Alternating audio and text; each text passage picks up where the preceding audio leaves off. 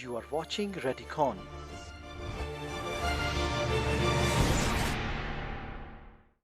Peroneal tendons, we have peroneal longus and peroneal brevis. Brevis is closer to the bone and longus little bit away.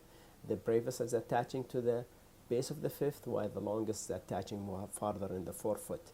These are stabilized by the retinaculum, one at the calcaneum and one at the level of the lateral malleolus. Here you see the brevis and longus. So there are two retinaculums, superior one and inferior one, stabilizing the peroneal tendon. Pathology could be at the level of lateral malleolus or at the level of the peroneal tubercle at the lateral surface of the calcaneum. We're going to see example of both. So this is how the lateral surface of the calcaneum should look like and the relation with the adjacent peroneal tendon. It should pass peacefully. There is no bony prominence. So this is an example of significant tenosynovitis of the peroneal tendon at the level. So whenever there is a pathology of a peroneal tendon, I give the pathology level. Tenosynovitis posterior to the lateral malleolus. This is actually tenosynovitis. More than this, the deeper tendon start to change the shape, is almost change C shape or more of crescent shape, and you can see the peroneal longus getting in between. So this is almost longitudinal tear.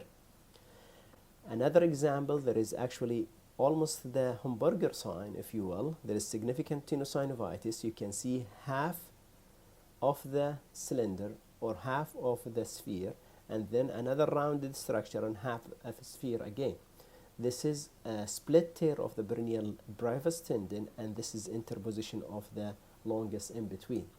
This is how it looks like. So here is the split tear, and in the images at the time of imaging, this probably it was inside. That's why I give you the hamburger sign.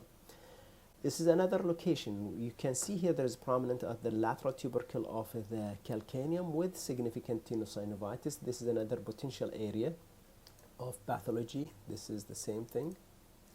Remember, this is normally how it looks like, smooth outline. Another example, severe prominent of the lateral tubercle with severe ostitis and tenosynovitis and tendinopathy of the peroneal tendons. Inframalleolar, again, involvement of the peroneal tendon. Superior retinaculum injury, usually associated with forceful ankle dorsiflexion. Snow skiing, usually presented with the snapping tendon.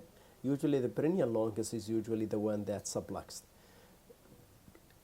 We talk about the retinaculi that stabilize the peroneal tendon. If you have injury, then the peroneal tendons are free to move out.